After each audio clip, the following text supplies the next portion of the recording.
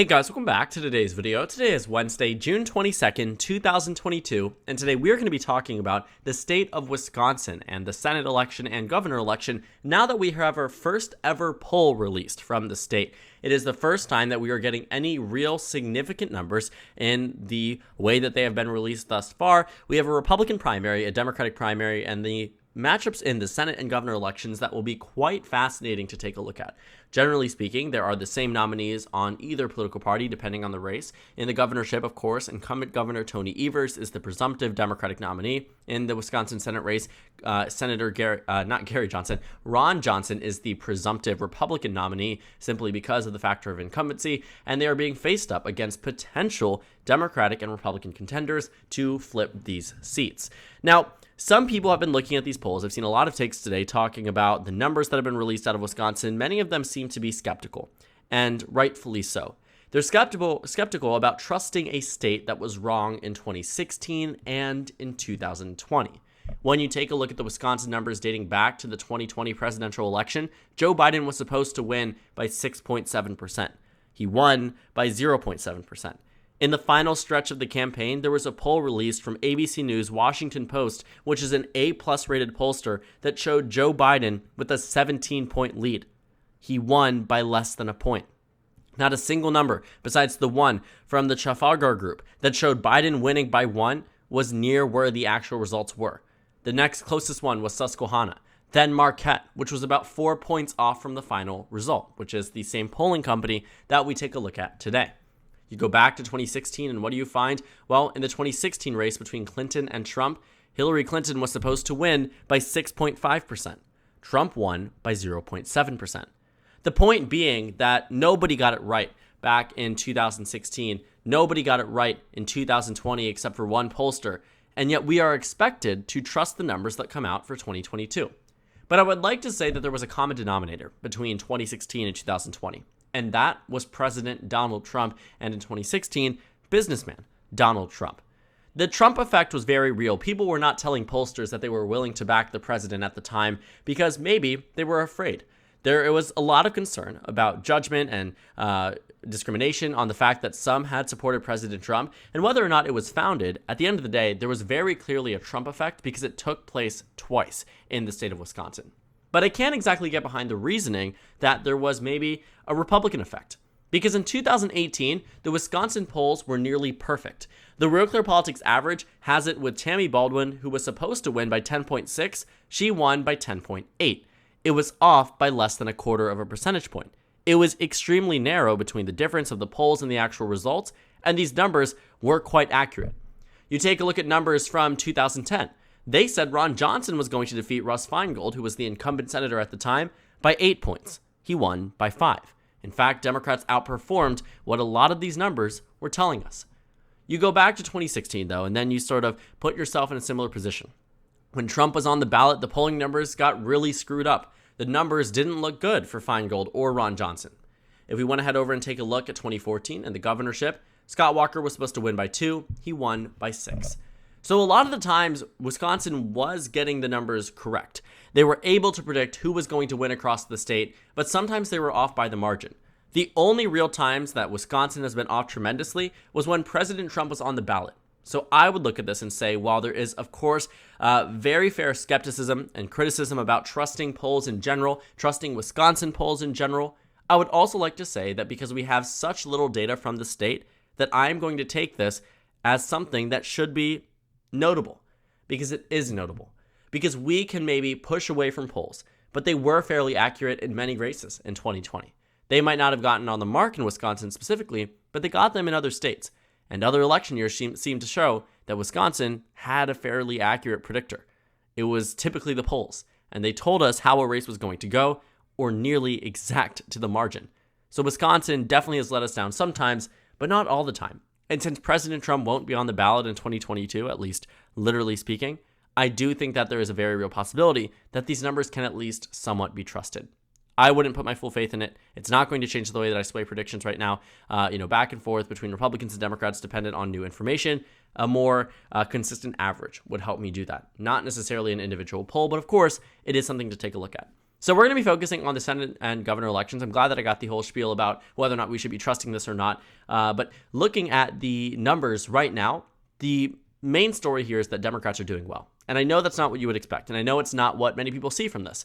But I do want to say, think about where we are nationally speaking. I'm not trying to be a voice piece for the Democratic Party or try to push any type of agenda. What I'm trying to say here is that when Biden is down 15 points and the Democrats are down 3 points nationwide, to see them up in a state that Biden won by less than a point is quite substantial. It literally is going to change the trajectory of the midterms should these numbers be true. Should these numbers be accurate? If we were to head to the November midterm elections today and the Democrats won the Senate election in some matchups by 1, 2, 2, won the governorship by 4, 7, 8, 17, if that was to happen, it would completely go against what we are expecting or what was predicted for the 2022 midterms.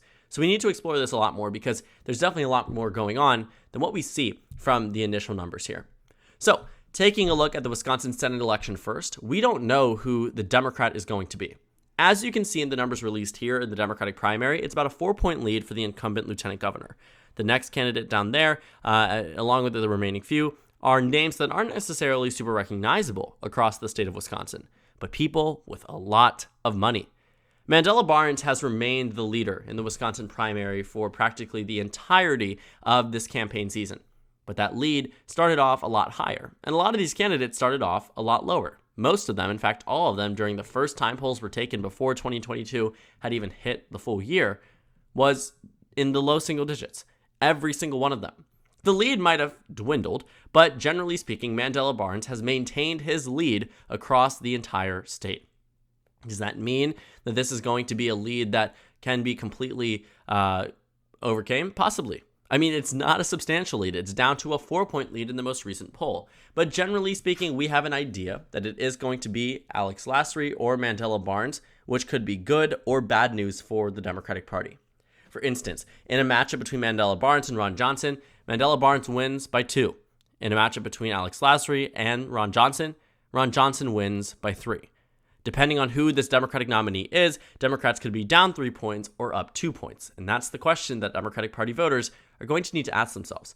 Now, I don't know exactly why these numbers show one Democrat in specific doing significantly worse than the rest. Even the other candidates who some would declare as no names because they don't have statewide name recognition and are polling in now the single digits, they may not be able to be these Democratic primary frontrunners, but they seem to be performing better than Alex Lasry. Why is it that one Democrat in specific is doing so poorly? That's a question that Democrats are going to need to ask themselves in the state of Wisconsin.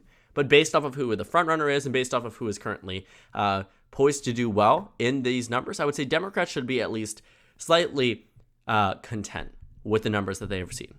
Slightly content knowing that they might have a lead of 2 points across the state. I don't think it's 2 points. I think Democrats are still going to lose the Senate race, but it is probably a lot better for them to see than maybe numbers that they might have seen back in 2010 when they saw that Gary Johnson, oh my gosh, I do not know why I keep saying Gary Johnson. I'm so sorry about that. Well, Ron Johnson is up by 8 points, 9 points from a Democratic internal back in 2010. This is obviously a much better position Democrats would like to be in, especially knowing that the approval rating for Biden is about 10 points worse than it was for Obama at this point in time. But the national generic ballot definitely is a lot better for Democrats than it was back in 2010. And maybe that's the real indicator here. But point being, in these Senate elections, Democrats have opportunities to go right, but they also have a major opportunity to go wrong. And it looks like that wrong nominee is within striking distance of the leading Democratic contender who is defeating Ron Johnson in the matchup. Ron Johnson is not popular. You take a look at this poll, you take a look at other polls, he's not popular. People do not like him across the state of Wisconsin, but he is going to be the Republican nominee. He is going to be the name that people see and associate with the party that isn't the incumbent party. It's not the party they're displeased with. It's not the party that they believe is raising gas prices. And regardless if they like Ron Johnson or not, they will not find themselves voting for a Democrat, which can explain why these undecided numbers are looking a lot worse than maybe they were for Democrats 4 years ago, or even 6 years ago, or 2 years ago in the 2020 election. So I'd keep an eye out on this if I was a Democrat looking at Wisconsin. It does not tell us that Republicans are locked down in the state, as many people can expect. Based off of my own prediction within the state, I mean, I still expect Republicans to win it, but I didn't say by a lot. I never really had it out of the lean column except for briefly. And that makes sense to me. It's always made sense to me because Wisconsin is still a swing state. It's going to be close. And while Democrats are down right now nationwide, these numbers prove that they still have a fighting chance, which is exactly what a lean characterization suggests. As for the governor election, I'm definitely taken aback because these governor victories, these governor margins and advantages are ones that I simply could never have predicted within the state of Wisconsin. I think the first poll that you see here, Kleefisch versus Evers, showing Evers with a 4-point lead is the most realistic. Why? Kleefisch is the former lieutenant governor across the state of Wisconsin. She served under Governor Scott Walker, won his election, won re-election, won a recall election, then ran for a third term in 2018, and lost by just a very narrow margin. Tony Evers only defeated Scott Walker by a margin of 1.1%. This was while in 2018, the Wisconsin Senate race went to Tammy Baldwin again by 11 points. It was a super significant drop-off between those who were willing to vote for a Democratic governor nominee and those who were willing to vote for a Democratic Senate nominee. And it might have come down to the factor of the incumbency and things of that nature and Scott Walker's electability, but when you prop up someone who is practically the same as Scott Walker, served under him during his entire time as governor of the state, you bring back that competitive nature and that competitiveness of the Republican Party in the state of Wisconsin, just as it was presented in 2018, 2014, 2012, and 2010 in all of those governor elections. But in terms of Tony Evers versus other Republican contenders, there's something off about all of them, the remaining ones, that boost up Tony Evers' numbers. For instance, when you take a look at the following two polls after the Kleefisch versus Evers numbers, what do you find? Tony Evers wins by 7 and 8 points, but he performs higher in terms of percentage of the vote than what he got against Kleefisch. When you take a look at the final poll that shows Evers faced up against another Republican, Evers gets the highest percentage of vote share at 51% and defeats them by 17%. What is it with these individual candidates? These numbers show that voters do care about candidate quality. They care about who Republicans and Democrats nominate for the U.S. Senate and for the governorship, because it is really important to voters about who they're voting for. A lot of the polls that we have seen in many states with potential contenders on either side show us very similar numbers. If you're looking, for instance, at the Missouri Senate race, besides the possibility of Eric Greitens winning the nomination, generally speaking, Republicans are up about 15 to 16 points, regardless of the Democratic nominee, regardless of the Republican nominee. It's always the Republican ahead by a similar margin. You take a look at other states, which are, to be fair, a lot less contested, the nominees don't really matter. But in Wisconsin, it is very evident that the nominees do matter. And who each party chooses to prop up will determine the balance of power in the U.S. Senate and will determine who is in control of the National Governors Association and who is in control of Wisconsin lawmaking and a lot of things that deal across the state. The Democratic Party has an opportunity here to at least play defense. They have an opportunity to do well in the state of Wisconsin when they never should have had this opportunity. The Democratic Party is down nationwide. They're doing horribly. Voters are unhappy. The lowest percentage of voters have identified with the Democratic Party in quite some time now. And yet, somehow, Wisconsin seems to be staying level. When I look at the shift from 2016 polls and 2020 polls with Marquette in specific, I would say we should expect the Republicans to be doing better than what these polls suggest by about 3 to 4 points, which suggests, like I've been predicting, that Republicans do win the Senate election. But the governor election isn't as secure. When I look at my governor election projection in the state of Wisconsin, it has practically remained tilt Republican because I think the Senate election will be more Republican.